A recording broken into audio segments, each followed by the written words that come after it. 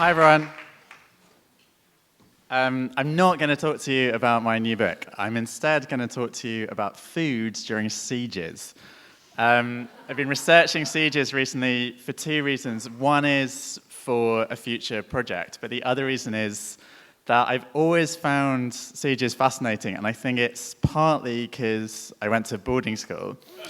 So Graham Greene once had a whole plan for a novel set in a boarding school, and as he was about to start it, he realized that he couldn't face spending a year immersed in such a psychologically oppressive atmosphere. So he instead wrote a novel about a leper colony, which was a burnt-out case, and I completely understand where he's coming from. Boarding schools and leper colonies are both what are called total institutions, which is a concept invented by this American sociologist called Irving Goffman in the 1950s. So he says, a total institution may be defined as a place of residence and work where a large number of like-situated individuals cut off from the wider society for an appreciable period of time together lead an enclosed, formally administered round of life. So apart from leper colonies and boarding schools, that can include monasteries and concentration camps and the servants' quarters of mansions and ships at sea and so forth. And although Goffman doesn't say so, I think that definition also applies to sieges. And having gone to a semi-rural boarding school for 5 years, I think I know what it's like to be in a city under siege, at least during one of the nicer sieges. So I've always been interested in them. And one thing that's common to all total institutions is that people are obsessed with food the whole time because they don't get to choose what they eat.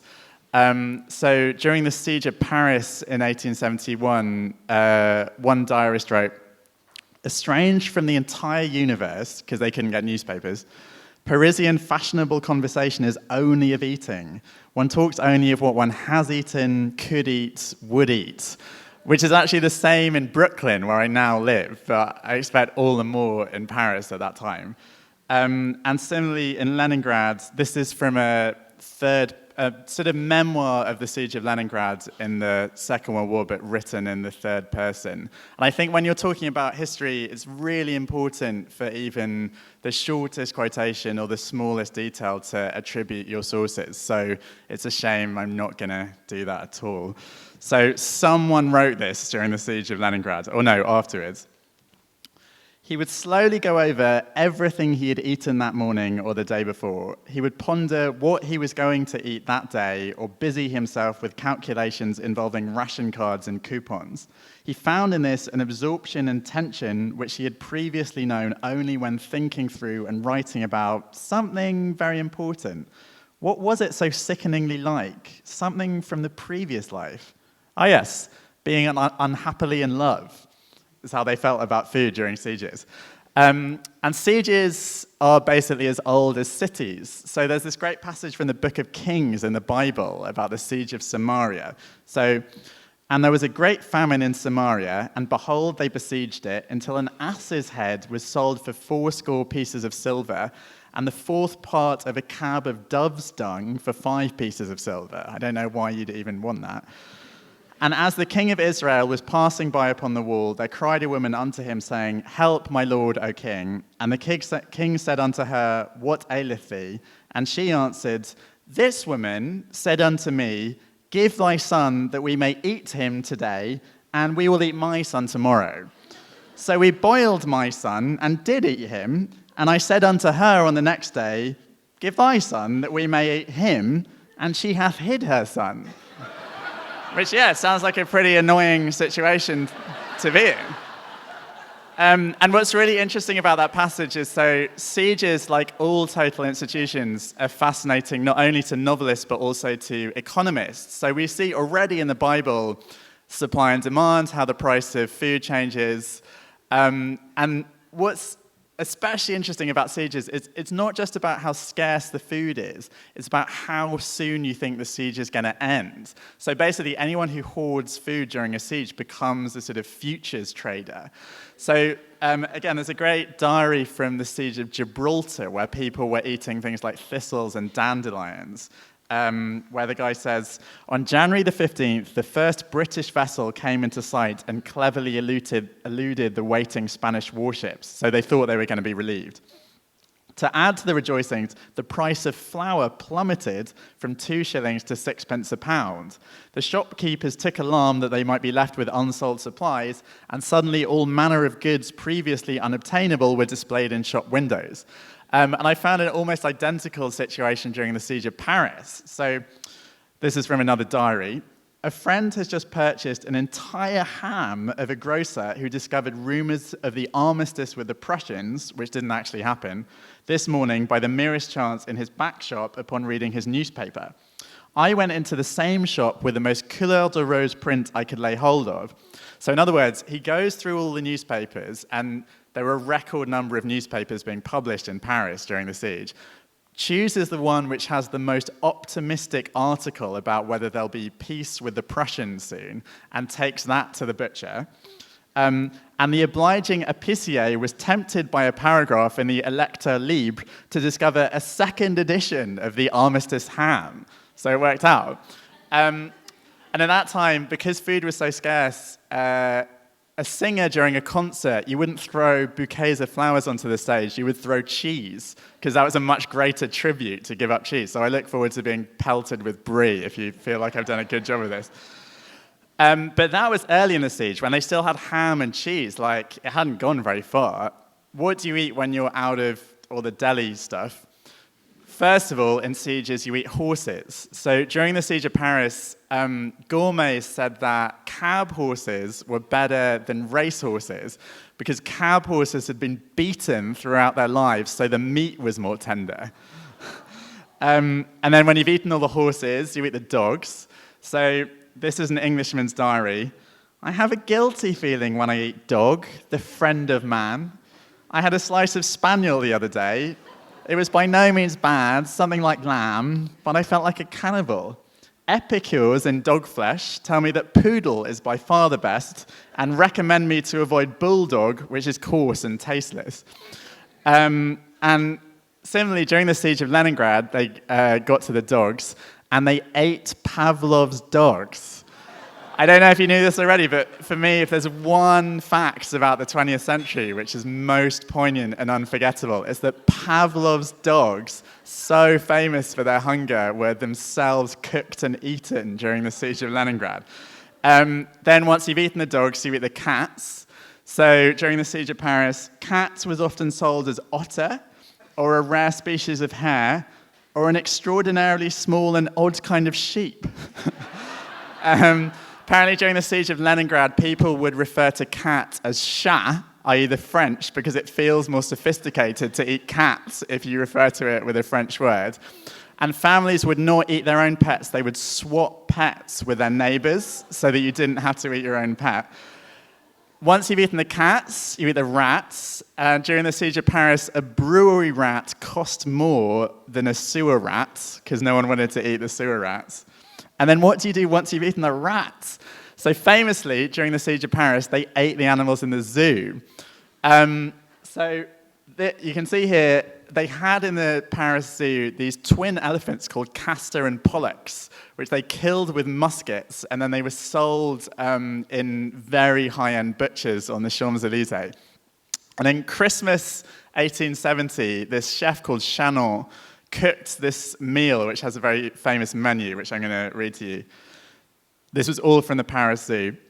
Stuffed head of donkey, elephant consommé, roasted camel, kangaroo stew, bear shanks roasted in pepper sauce, wolf in deer sauce, cat with rat, and antelope in truffle sauce. And the wines they served were Mouton Rothschild 1846, Romane Conti 1858, and Chateau Palmer 1864, which must have been quite a challenge for whichever sommelier was on duty for that meal.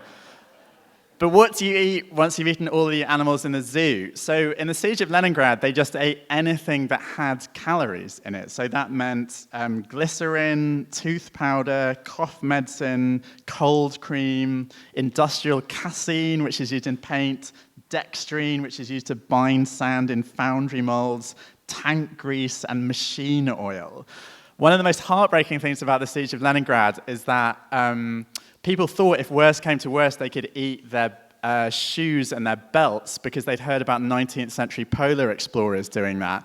But they discovered that the tanning methods had changed so much in the last 50 years that leather was no longer edible. And so once you're scraping the barrel in this respect, the scientists tend to get involved during sieges. So the Académie des Sciences in Paris turned its attention to the problem. Parisian housewives were given the recipe for a supposedly delicious dish composed of tallow fat, i.e. candles, mixed with pulped corn, seasoned with salt, and flavored with a fried onion.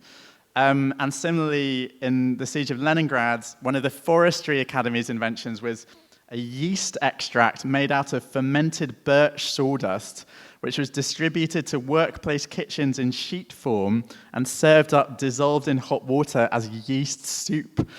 And this reminds me of, I don't know if any of you saw, there was an article in the New Yorker a few weeks ago about this new product called Soylent, named after the book and novel Soylent Green. And Soylent is like a protein shake that bodybuilders drink. But instead of just protein, it has every different nutrient. So there are people now who don't eat meals, they live entirely on Soylent and actually live perfectly healthily on it. And I feel like the people who developed Soylent had kind of the same intellectual endeavor in mind as all these scientists during the sieges. But it's also, for me, quite emblematic of this modern tendency which you see in like ads for new breakfast products on the tube. People really seem to love like eating things that just aren't food. And in the same way, our obsession with like how many calories are in everything seems to me quite siege-like. So it would be flippant to make a direct comparison with the horror of all these sieges, but at the same time, there's like a punitive aspect to our relationship with food these days, which I think is a kind of inadvertent imitation of siege times. And a good illustration of this is, so this is a menu from the Siege of Stockholm in 1856.